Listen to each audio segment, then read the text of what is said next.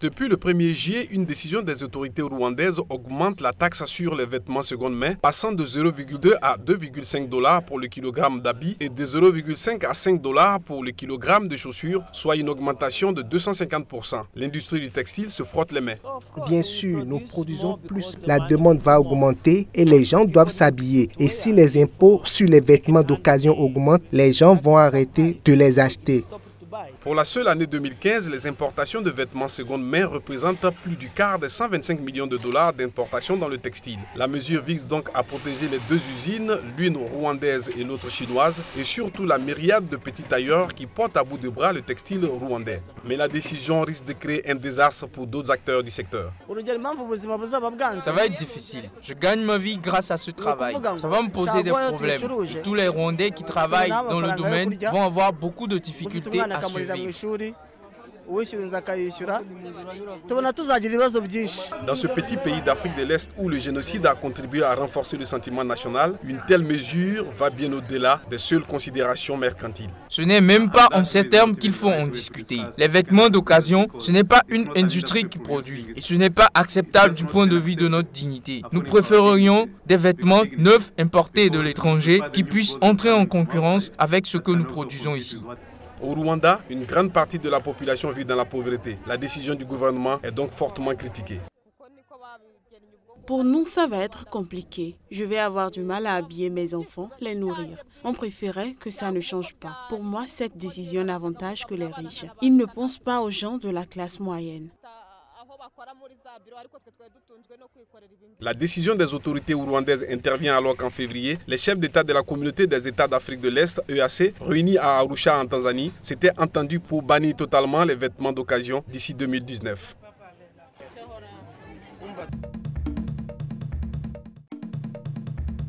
Son mari mort dans les attentats de l'aéroport d'Istanbul, la veuve du médecin-colonel Fatih Bayoud, chef du service pédiatrique de l'hôpital militaire de Tunis, reste digne jusqu'au bout. Devant les journalistes, elle appelle à plus de vigilance face à Daesh.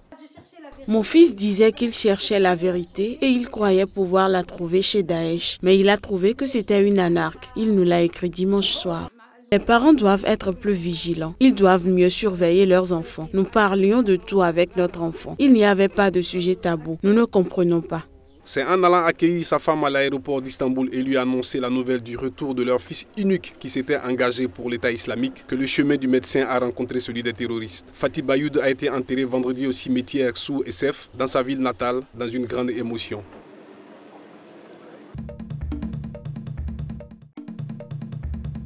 Après avoir évité de peu la suspension collective pour les JO de Rio, l'athlétisme kenyan retrouve avec soulagement le terrain sportif lors de ses sélections pour les Jeux olympiques et promet de n'envoyer que des athlètes propres au Brésil.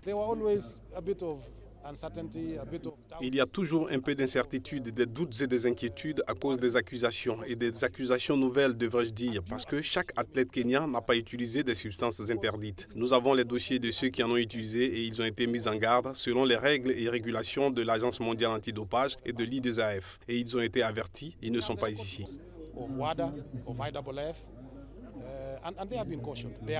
Une quarantaine d'athlètes kenyans ont été impliqués dans des affaires de dopage au cours des 3 dernières années. Fin février, le patron de la fédération kenyane, Isaac Mwangi, a été suspendu pour 6 mois pour avoir couvert des cas de dopage.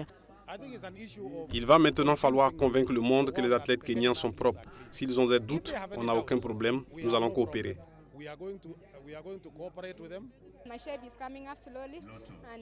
Je me mets doucement en condition et je suis en meilleure forme que l'année dernière. Je sens que quelque chose de bon arrive dans ma vie. Je vais faire les 5 000 mètres et les 10 000 mètres. Et je commence par le 10 000 mètres le 12 août. Donc, pendant le mois qui me reste, je vais beaucoup m'entraîner et je vais être capable de donner quelque chose à Rio. Le pays a finalement adopté fin avril une nouvelle législation instaurant un plus grand contrôle des athlètes et des peines plus sévères contre les cas de dopage. Mais le nouvel arsenal ne satisfait pas totalement les exigences de l'Agence mondiale antidopage.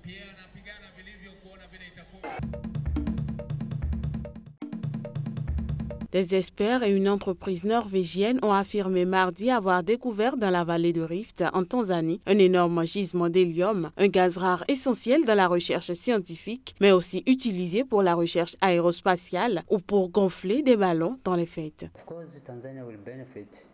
Bien évidemment, la Tanzanie aura des avantages seulement si le gaz est exploité. Il faut exploiter économiquement le gaz afin d'en bénéficier. Les gens ne devaient pas trop être optimistes parce que cela ne risque pas d'arriver au cours de la prochaine ou des 2 prochaines années. Cela requiert de la préparation. Il faut connaître les directives du gouvernement pour savoir comment cela se fera.